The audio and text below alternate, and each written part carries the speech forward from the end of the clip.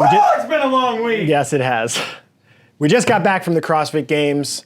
If you came up and said hello, thank you for doing so. It's nice to tie some faces to names and know some of the people doing the throwdowns.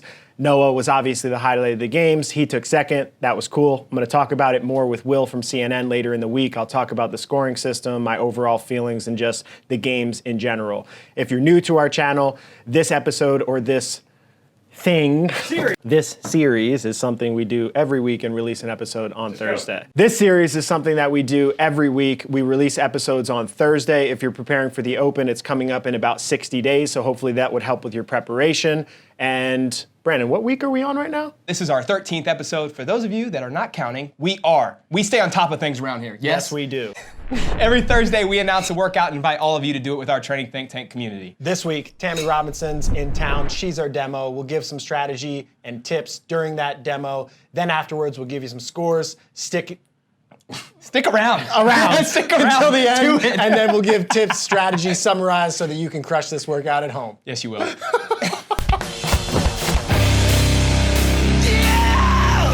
Welcome to TTT Throwdown 13. This one's brought to you by yours truly. For time, 500-meter row, 21 clean and jerk, 115, 85, 21 chest to bar, 500-meter row, 15, 15, 500-meter row, 9, 9, ending with a 500-meter row. There's an 18-minute time cap for this. The judges, points-wise, in terms of time left over, 1 rep is for every 100 meters, and then obviously with remaining reps as well, that's another point if you are unable to finish in the time cap. Oh, what else? What else, Terry? Reset the rowers each round. No rollover on this, so judges, you can do that if you want to help out your person. If you're at home doing this, you can go reset it yourself if you don't have anyone judging you. All right, everybody, we're changing the format of this up a tiny bit, but we're going to try. Changing it up. Yeah, we're going to try to give some tips and strategy during this demo, and you guys have the demo to watch, but we're basically thinking of it as that's a backdrop for us to try to give our strategy, so that way we can condense the videos for you and get more bang for your buck with your time. Well, bang for your buck. So there's 2,000 meters of rowing, and I think that, we saw a couple people go out really, really hot and then slow down. So I think the strategy here for most people probably should be you want to kind of stick around your 30-minute row pace if you've done that before. Can we talk about the fact that Tammy rode faster than me? She rode faster. I walked past, and I'm like, no, she's at a 155 right now. And then I walked past all the guys, and they were like 2 minutes. I was like, oh, yeah. Man. So Tammy is actually coached by Ed, who's in the frame there. I think it's their gym name's like Coastal Hong Kong or something like that. I probably should have got the exact name, but she's well coached. She's a savage of an athlete. So good. I think she was really at a good 140. You said 30-minute time trial pace, basically. Somewhere around there. Yeah. There's not that much separation in the row on this. I mean, it is 2K of rowing, so like my time was 14:50 something. So if you said I rowed somewhere in the mid-7s, you're taking about half of your workout and is rowing. So there's a big portion of your effort that's distributed into rowing, but it seemed like everyone kind of deviated into some sort of like for the guys, it was probably somewhere between a 145 and a 155 average pace. So there is like 10 seconds of total time for each one of the rows, which could add to 40 total seconds in the workout, but the amount of exponential energy to get into those higher paces or getting outside of your comfort zone, I feel it's like a huge difference. Yeah. I think the way that people should look at it is if it's for cows, then there's some more separation value. You can work a little bit harder and get much more cows, and it takes a little bit, it's much faster. Whereas like the difference between a 150 and a 140 is like exponentially harder to hold a 140 for most males, and you don't want to blow up in a workout on the first row. Yeah. Clean and jerks. So barbell cycling obviously is going to be a big differentiator in the workout, not just in terms of time to complete reps, but energy expenditure on your grip and just like, for me, I felt like grip was the primary limiter because it's like pull, pull, pull all with three, all the movements. Yeah. It wasn't necessarily that I was concerned to do bigger unbroken touch and go sets to blow up. I was more thinking, okay, I need to make sure I save my grip. She went in the first heat, and her speed of movement is obviously really good. I think honestly she's like a finalist level games individual athlete in terms of her overall breadth of capacity. I mean, I haven't seen her in an actual competitive situation other than the athlete camp, but just overall, like really, really well-rounded. And she broke these into threes, which I thought was an indication of just good coaching, knowing her engine, good like pacing structure. And if you watch her breaks, the discipline is like that was the last one. But that's one of the things that I want to kind of touch on is, you see the best, and they're still doing smaller sets, but their breaks are so much shorter, and they make it almost like a cyclical movement, even with the barbell. So she was very smooth. She's breathing every single rep, staying calm. Whereas I saw some of the guys in the second heat, they were really grinding through those reps, trying to do bigger sets, and then you end up redlining yourself already on the 21s, which then you get into a dangerous spot when you go back to the 15s. Yeah. And we said we were going to give tips on like overall workout. Now I'm watching her do this workout and thinking, she's even rhythmic with the chest to bars. Yes. So 1, 2, 3, 4, 5, 6, 7, up. So she's doing small sets, but the discipline of making sure that each one of those rest breaks is 5 to 7 seconds, and on the barbell cycling it was even faster. That just gives you some sort of an indication that you're trying to distribute your workout across the entire workout, not necessarily like what I did. I did 7-7-7, 7-7-7 on the barbell cycling and the chest to bars and the 21s. And then by the time I got to 15, I was a little bit more blown up. And then my rest breaks just get longer, and I don't want to continually work. I don't want to do 1-1-1-1-1 on quick breaks, but really that could be an effective strategy to handle this workout. Yeah, I know that singles can be dangerous in something like this when you're talking about going against better athletes that are doing bigger sets, but it is an option if you're disciplined. That's the one that you have to be on the bar the entire time. And there were a couple people that did this that were basically doing singles, but they would take a half step back and then right back into the barbell every single time. And then they were able to kind of stay calm and breathe, and then they were a little more aggressive on their chest to bars. So like any workout, you got to kind of pick your strengths and weaknesses and say like, look, I'm really good at chest to bars, but my barbell cycling is not as good, so I'm going to be more conservative there, but then try to go 21 unbroken, 15 unbroken, 9 unbroken, or vice versa, right? Yeah, this is a workout that I think you really need to play into your strengths and figure out, like she's rowing at a 155 here in her second round. That is legitimately the pace that almost all the males were rowing at. Every single one of them. Even Joey, who I think he had the best time for the day, 12:16, and he was around that row pace. So this is definitely going to be something where you just need to figure out where your competitive advantage is. She probably would. I didn't see a ton of the females going because I was warming up during this heat and then judging in the last heat, but she probably took a minute of total work time off relative to the field of her row paces versus the others. And she probably took some other time on barbell cycling, on clean and jerks. But you need to figure out for yourself, if you're a competent rower and barbell cycler and then chest to bars is your limitation, then you need to figure out, how do I navigate those chest to bar sets and ensure that the deterioration in the last rounds are as least costly as possible from a time perspective. Right. Go ahead, sorry. Yeah, she's an exception on the rower. She's just phenomenal at all the cyclical work. Like watching her this past week train, she's beat some of the guys in some of the cyclical stuff, which is just really, really impressive. I mean, her body weight is less, and obviously she doesn't have the same power output, but she's still holding unbelievable paces. And so most females won't be able to hold that, but I guess the point there is there are going to be some guys and girls that are able to hold a little bit of a faster pace, but that doesn't mean that you need to kind of dig yourself in a hole if you're not a good rower. So you got to think of it that way. Make sure you pace that out correctly, and then if you want to, you should bury yourself in the last 500-meter row. That's where you can make up some time. Yeah. So I counted her rest breaks were 4, 4, and 5 seconds. This one, I mean, they're so right good. on 5. So that's the type of discipline you need with barbell cycling. And she's doing touch and go sets of 3, I think? Yes, she did 3s the entire time. Yeah, so she did 5 sets of 3 for the 15s. That is a total of 4 rest breaks of 4 seconds. So she's doing 16 seconds of total rest time in that set.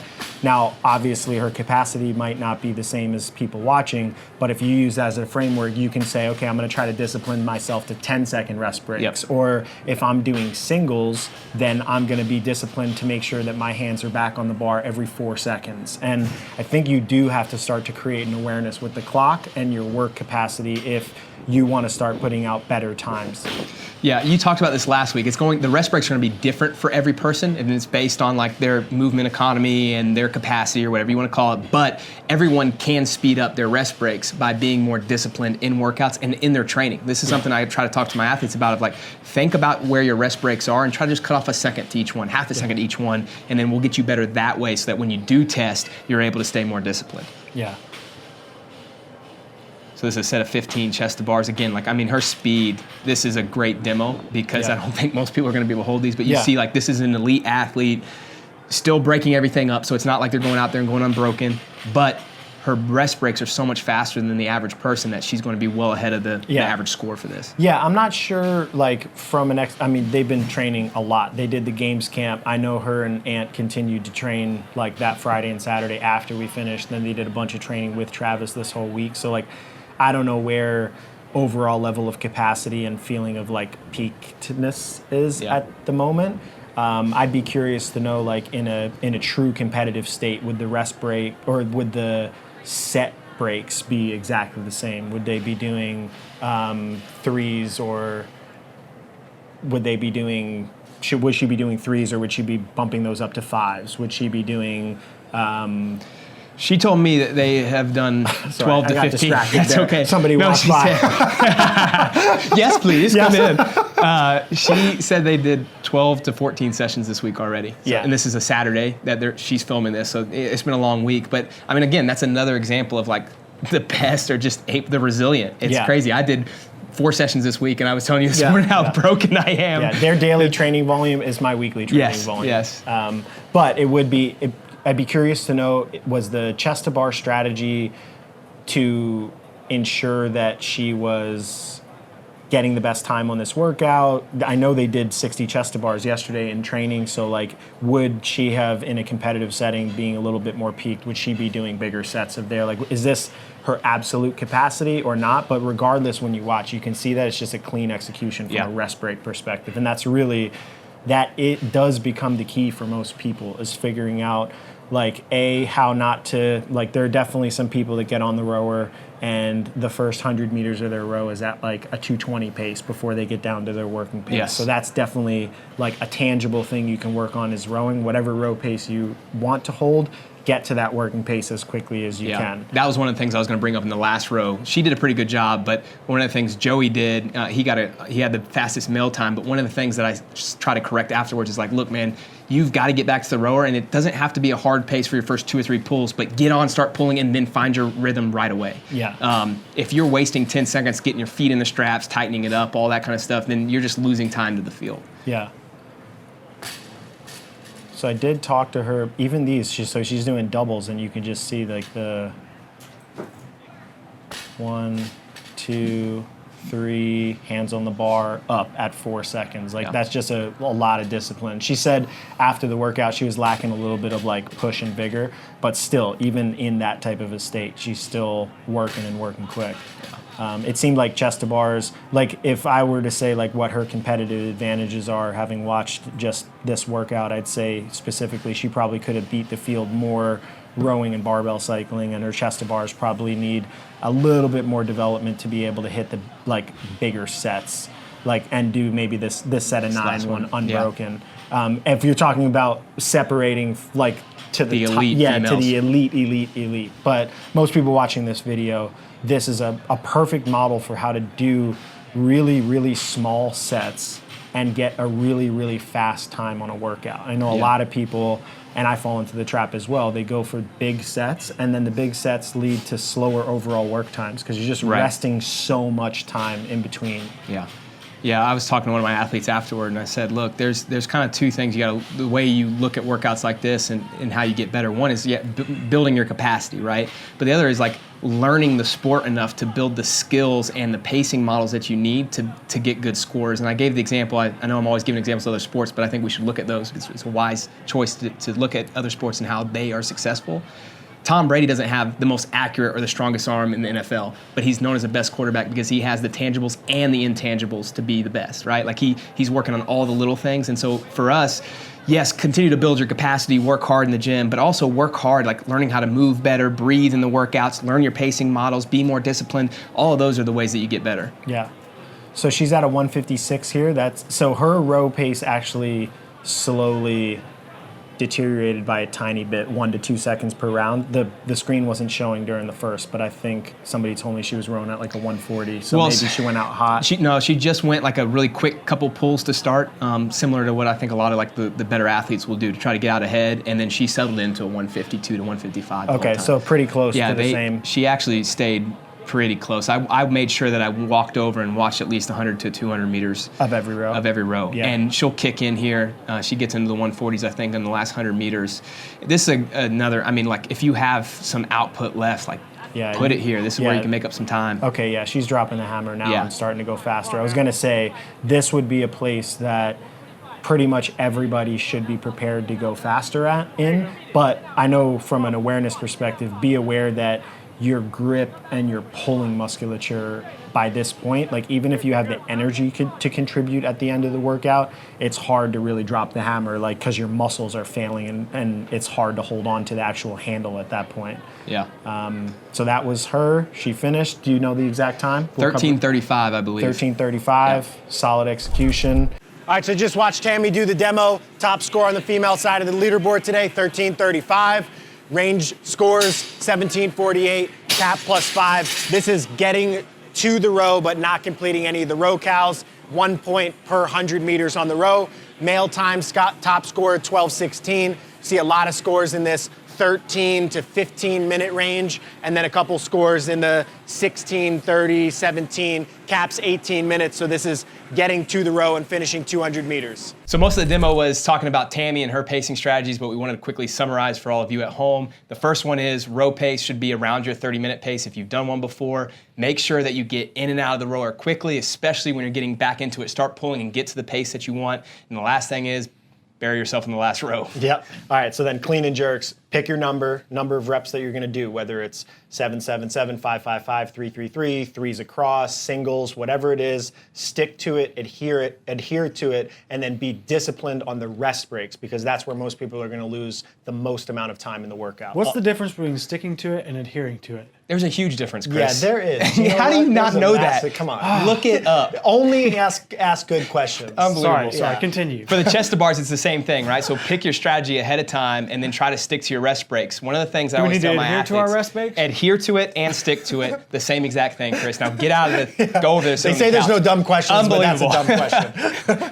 If you start falling off of your rest breaks, let's say you pick 7 seconds, then just lower the actual reps that you're doing. So if it's 777 and you go 7743, then do that so you can keep shorter rest breaks. And then the last thing, like all CrossFit-based workouts, is transition. Yep. So Brandon talked about getting into the rower quickly. So you also have to think about getting out of the rower quickly and getting your hands on the bar at a disciplined amount of time. And then from the barbell to the chest to bars, a lot of people will take long chalk breaks, try to get their mind set for the next movement. Now you can build some of your transitional breaks in for yourself if you know you're not somebody who can go full speed through all the movements, but make sure you're disciplined with your transitions as well, not just the rest breaks within a movement. So those are really the 4 things we wanted to cover: row, chest to bar, clean and jerk, transition points. I think that should help people execute as fast as possible in the workout. And let us know if you like this new format. Yeah, we're trying to change the format a little bit based on your feedback. So give us some feedback, please. Let us know if you like this or what we've done in the past. Yeah, and we also have our design training program, which is our online group training program for CrossFit, which is now free. Go to that at trainingthinktank.com.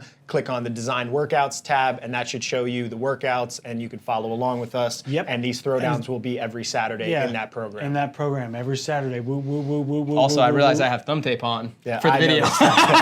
I'm not even doing a workout. You're about to do it though, right? Yes, I am, and you're going to do it with me. Yay! It's a wrap, you know what I'm saying? Your boy Project Pata in this thing, man. Hey, look, man, thank y'all for watching Training Think Tank's YouTube channel. Y'all hit that motherfucking subscribe button, you know what I'm saying? So y'all go ahead, man. Thank y'all for watching the channel, you know what I'm saying? Hit that motherfucking subscribe button. Let it be known, what it be known, what it be known, you know what I'm saying? Pata.